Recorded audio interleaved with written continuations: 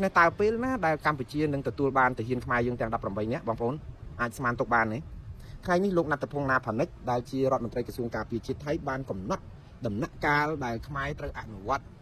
រយៈពេលយ៉ាងហោចណាស់6សប្តាហ៍អញ្ចឹងបងប្អូនអ្នកដែលរំពឹងថាទាហានខ្មែរនឹងត្រូវបានដោះលែងវិញត្រូវដូចថាសង្រួមចិត្តត្រូវរងចាំយ៉ាងហោចណាស់6សប្តាហ៍ទៅមុខទៀតអញ្ចឹងបានន័យថាម៉េចយ៉ាងហោចណាស់ក៏ត្រឹមពាក់កណ្ដាលខែ11ដែរមិនអញ្ចឹងឯងបងប្អូនសុំទោសយ៉ាងហោចណាស់ក៏ត្រឹមពាក់កណ្ដាលខែ12ដែរគឺខែធ្នូព្រោះអីឥឡូវវាទៅតែខែដាច់ខែតុលាទៅហើយថ្ងៃ28 29ស្អែកនេះហើយអញ្ចឹងនៅពេលដែលពាក់កណ្ដាលមួយខែគឺវាបានតែ4សប្តាហ៍អញ្ចឹង4សប្តាហ៍ត្រឹមខែវិច្ឆិកានៅ2សប្តាហ៍ទៀតនៅខែធ្នូអញ្ចឹងរំពឹងថាយ៉ាងហោចក៏ដល់ថ្ងៃទី15អីឯណោះខែធ្នូបានទាហានថៃអាចនឹងដោះលែងអាចខ្ញុំអត់ប្រើពាក្យថាដោះលែងទេណាអាចនឹងដោះលែងទាហានខ្មែរទាំង18នាក់ហេតុអីបានអញ្ចឹងលោកណាត់តភងណាផានិចក៏បាននិយាយថាកម្ពុជាហើយនឹងថៃថ្ងៃនេះក៏មានឃើញយុទ្ធភូមិភាគយោធាយុទ្ធភូមិភាគ2របស់ថៃហើយនឹងយោធាភូមិយុទ្ធភូមិភាគ2របស់4កម្ពុជាហ្នឹងគឺបានជួបគ្នាជជែកអំពីការដកអាវុធធុនធ្ងន់ពីព្រំដែនថៃនឹងដែរព្រំដែនកម្ពុជាថៃនឹងដែរឥឡូវដំណាក់កាលទី1នេះយប់នេះគឺថៃគេចាប់ផ្ដើមដករថក្រោះខ្លះដែរហើយ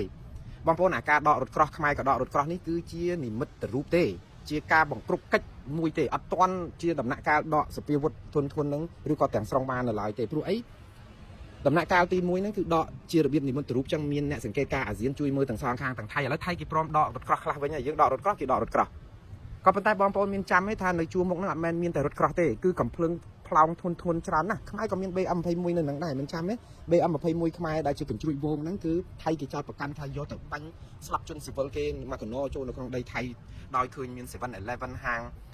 សាំងឬក៏មន្ទីរពេទ្យអីផងគេយកធ្វើជាចំណុចមួយដែលថាខ្មែរយើងបាញ់បិទភ្នែកដើម្បីឲ្យស្លាប់ជនជាតិស៊ីវិលជនស៊ីវិលគេអញ្ចឹងឥឡូវអាដំណាក់កាលនៅក្នុងការដកកញ្ជ្រួចវងហ្នឹងយកអត់ទាន់ឃើញទេអានេះអាចនៅក្នុងដំណាក់កាលទី2ឥឡូវដំណាក់កាលដករថក្រោះដកអីនេះជាដំណាក់កាលទី1ដំណាក់កាលទី2បើតាមអ្វីដែលលោកណាត់តភុនណាប្រណិចបានមានប្រសាសន៍នៅក្នុងការដកស្រង់របស់កាសែតថៃគឺនឹងចាប់ផ្ដើម3សប្តាហ៍ចាប់ពីនេះទៅអញ្ចឹងបងប្អូនរាប់បើយើងដកដំណាក់កាលទី1គឺ3សប្តាហ៍រាប់ទៅ3សប្តាហ៍ទៀតបានន័យថាចុងខែ11ហើយណាគេបានជិះដំណាក់កាលទី2ចឹងដំណាក់កាលទី2គឺត្រូវ3សប្តាហ៍តទៅទៀតអញ្ចឹងតទៅកណ្ដាលខែធ្នូបានបំពេញគ្រប់ដំណាក់កាលនៃការដកសពាវុធធនធ្ងន់ពីព្រំដែនព្រោះឥឡូវនេះវាជានិមិត្តរូបទេគឺដករថក្រោះដកអីហ្នឹងអាណាដែលឃើញជានិមិត្តរូបប៉ុន្តែនៅអាកាភ្លើងធំដែលផ្លងដាក់គ្នាបានជាជួយយើងហ្នឹងអត់ទាន់មានដូច្នេះដំណាក់កាលចឹងតម្រាត់បំពេញជាដំណាក់កាលរបស់គឺហើយគឺប្រកាសចំហថាអត់ទាន់បំពេញគ្រប់ដំណាក់កាលតែមែនតែគេប្រើពាក្យទៀតនាយករដ្ឋមន្ត្រីថៃលោកអនុទិនច័ន្ទវរៈគុលប្រើដល់ពាក្យថាទាល់តែបង្ហាញភាពស្មោះត្រង់ហើយធ្វើមែនតែនអត់មែនធ្វើជានិមិត្តរូបទៀតបើគ្រាន់តែថតរូបថតអីហ្នឹងគេមិនយកទៀតនេះវាសិតជាដាក់លក្ខខណ្ឌអញ្ចឹងតែថៃគេព្រមធ្វើខ្លះហើយគឺគេដករថក្រោះអញ្ចឹងដែរយប់ហ្នឹងគេដកឲ្យឃើញគេហៅក្រុមសង្កេតការអាស៊ានទៅថតរូបអីបង្ហាញឲ្យយើងឃើញអញ្ចឹងដែរនិយាយទៅវារបៀបនិមិត្តរូបដូចគ្នាប៉ុន្តែមែនតែននៅមានដំណាក់កាលគេអញ្ចឹងបងប្អូនទាហានខ្មែរនឹងមិនទាន់បានត្រូវជាដោះលែងទេរហូតដល់យ៉ាងហោចណាស់ថ្ងៃ15ខែធ្នូអញ្ចឹងការខកចិត្តរបស់អាមេរិកដែលថាគួរតែដោះលែងទាហានខ្មែរភ្លាមនៅពេលដែលចុះហត្ថលេខានឹងភ្លាមវាអត់មានលក្ខខណ្ឌកន្លែងណាដែលគេថាត្រូវដោះលែងភ្លាមទេវាមានដែរថាដោះលែងដោយឥតបង្អែបង្អង់នៅពេលដែលលក្ខខណ្ឌទាំងអស់បំពេញហើយលក្ខខណ្ឌទាំងអស់បំពេញមិនមែនតែដកសពាវុធឯណាលក្ខខណ្ឌដែលថៃកំណត់មកមានដល់ទៅ4លក្ខខណ្ឌនោះហ្នឹងបងប្អូនទី1ដកកាភ្លើងហ្នឹងឲ្យអស់ធនធ្ងន់ទី2សហការគ្នាប្រយុទ្ធប្រឆាំងបទក្រិតឆ្លងដែនឬក៏អនឡាញទី3គឺរឿងជំនះប្រជាប្រដ្ឋចាញ់ពីភូមិព្រៃច័ន្ទភូមិជោគជ័យឬគ្រប់គ្រងតំបន់ទូតស៊ីគ្នា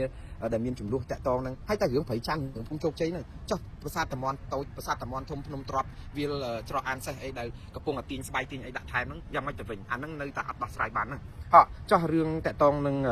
ដោះមីនអត់បានដោះមកគ្រាប់ផងហ្នឹងថៃចាប់ផ្ដើមដោះបដាប៉ុន្តែដោះនៅក្នុងដីថៃថ្ងៃនេះលោកណាត់តភុងណាផានិចហើយនឹងលោកអនុទិនច័ន្ទវរៈគុលបញ្ជាក់ពីរឿងដោះមីនទៀត